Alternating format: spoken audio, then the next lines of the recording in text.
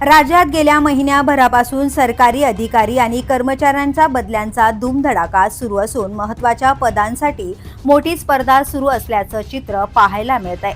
आपल्या पसंतीच्या ठिकाणी बदली मिळावी यासाठी अनेक अधिकारी आणि कर्मचारी स्थानिक आमदार मंत्र्यांचे उंबरठे झिजवत असल्याची चर्चा प्रशासन वर्तुळात रंगू लागली आहे।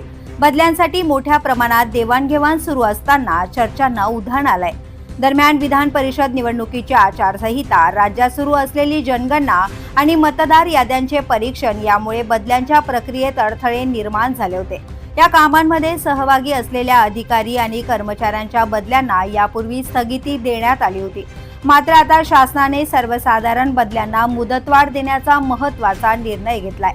झालेल्या मित्रमंडळ बैठकीत या संदर्भातील निर्णय घेण्यात आला असून बदल्यांची प्रक्रिया पुढे सुरू ठेवण्याची मंजुरी देण्यात आली आहे। त्यामुळे आता मे अखेरपर्यंत मंत्री स्तरावर बदल्या करण्यास मुभा मिळाली आहे। यामुळे प्रशासनातील हालचालींना आणखी वेग आलाय।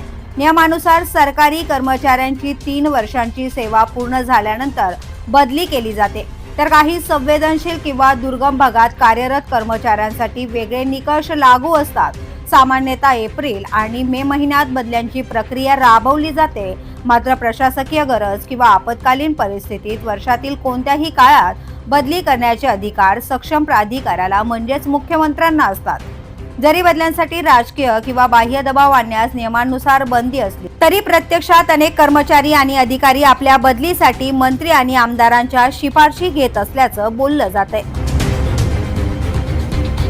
द पोलीस न्यूज साठी नितीन पाटील, मुंबई।